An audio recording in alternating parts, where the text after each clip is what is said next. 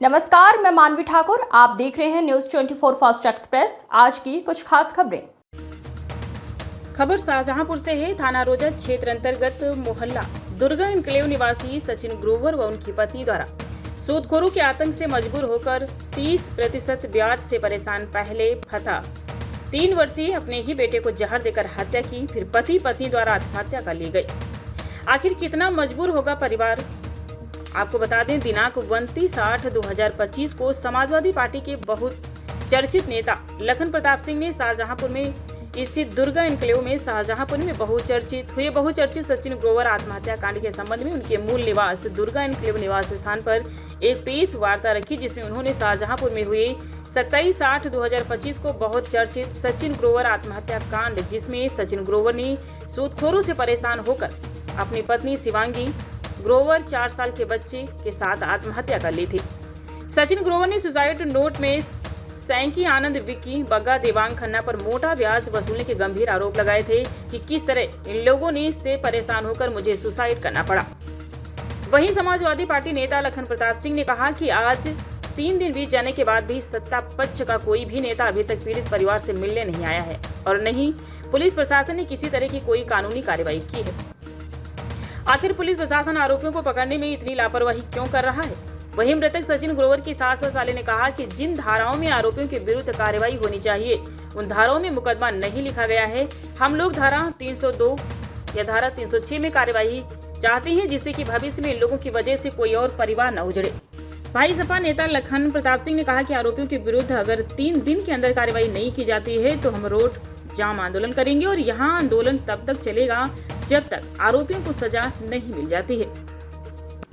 यहाँ लोग शहर में सत्ता पक्ष की आड़ में कई तरह के अवैध धंधों को बढ़ावा देते हैं, जिसमें स्मैक की तस्करी, अंग्रेजी शराब की तस्करी, मासूम लोगों को फंसाकर मोटा ब्याज वसूलना, जुआ सट्टा, कई तरह के अवैध धंधे शामिल हैं। अगर लोगों के खिलाफ सही कानूनी कार्रवाई होती है तो न जाने कितने घर उजड़ने से बच जाएंगे।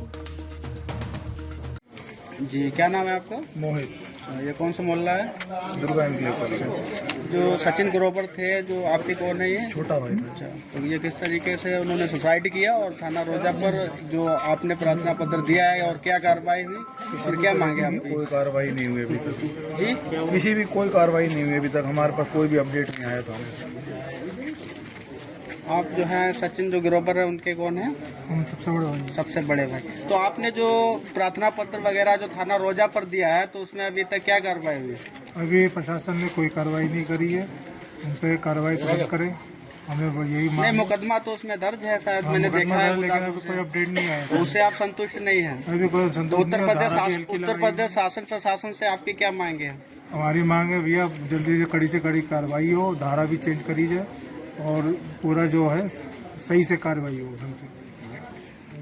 जी, आप सचिन ग्रोवर के साले हैं, तो आपको ये किस तरीके? जी जी, भाई है ना?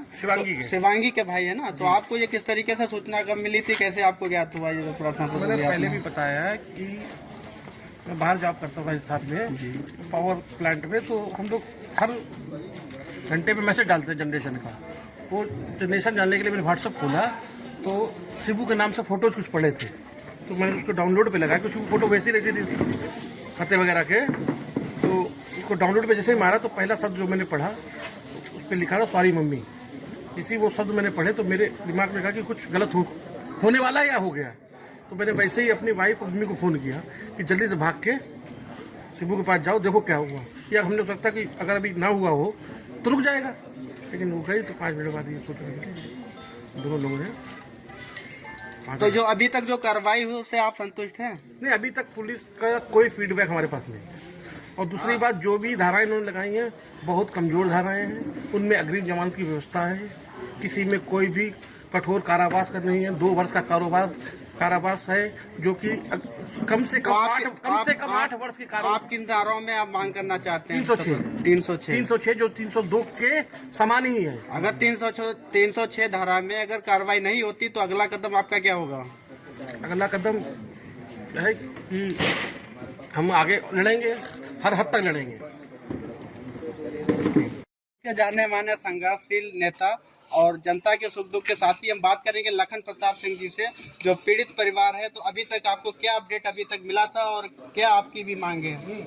अभी तक पुलिस का कोई अपडेट नहीं है। जिन धाराओं में उन्होंने मुकदमा लिखा है वो धाराएं बिल्कुल बेकार हैं। 351 और 108। हम लोगों की मांग है पूरी कॉलोनी वासियों की कि 302 के तहत मुकदमा पंजीकृत किया जाए, गैंगस्टर एक्ट की कार्रवाई हो, रासुका की कार्रवाई हो, और ये सब दारू माफिया है कि सरकार बहुत बड़ी बड़ी बातें करती है, डबल इंजन की बातें करती है, दारू माफियों की बात की, दारू माफियों पे कार्रवाई करती है।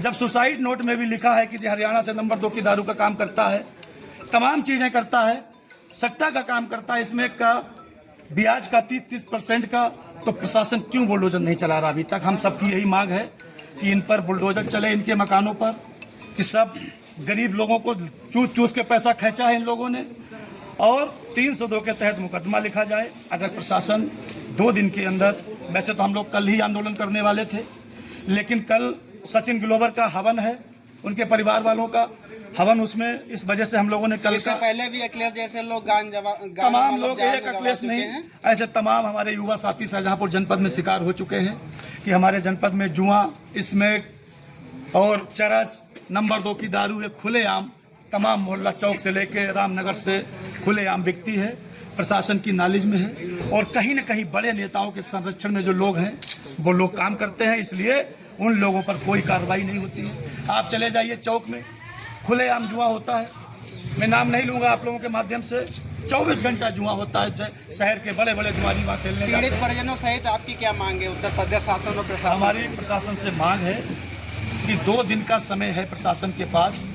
एक तो उनके ऊपर जो भी दोषी हैं उनके ऊपर 302 का मुकदमा लिखा जाए, गैंगस्टर में कार्रवाई हो, रासुका में कार्रवाई हो, और उनके मकानों को तत्काल बुलडोजर से ध्वस्त किया जाए। हम सभी की मांग है, अगर सरकार न्याय की बात करती है, और नहीं तो जो केवल समाजवादी से लोगों को जुड़े हुए, उनको फर्जी गुंडा माफिया बनाकर और उन पे बुलडोजर चलाने का काम करती है, इससे स्पष्ट हो रहा है कि एक भी बीजेपी का नेता अभी तक इस परिवार, पीड़ित परिवार के हालचाल लेने नहीं आया, इनके आंसू पोंछने नहीं आया। क्यों नहीं आया, इसका कारण क्या है? लखन जी, कहीं न कहीं वो लोग बीजेपी के बड़े नेताओं के संरक्षण में कार्य को कर रहे हैं और इस कारोबार को आगे बढ़ा रहे हैं। कहीं न कहीं उनकी भी हिस्सेदारी है।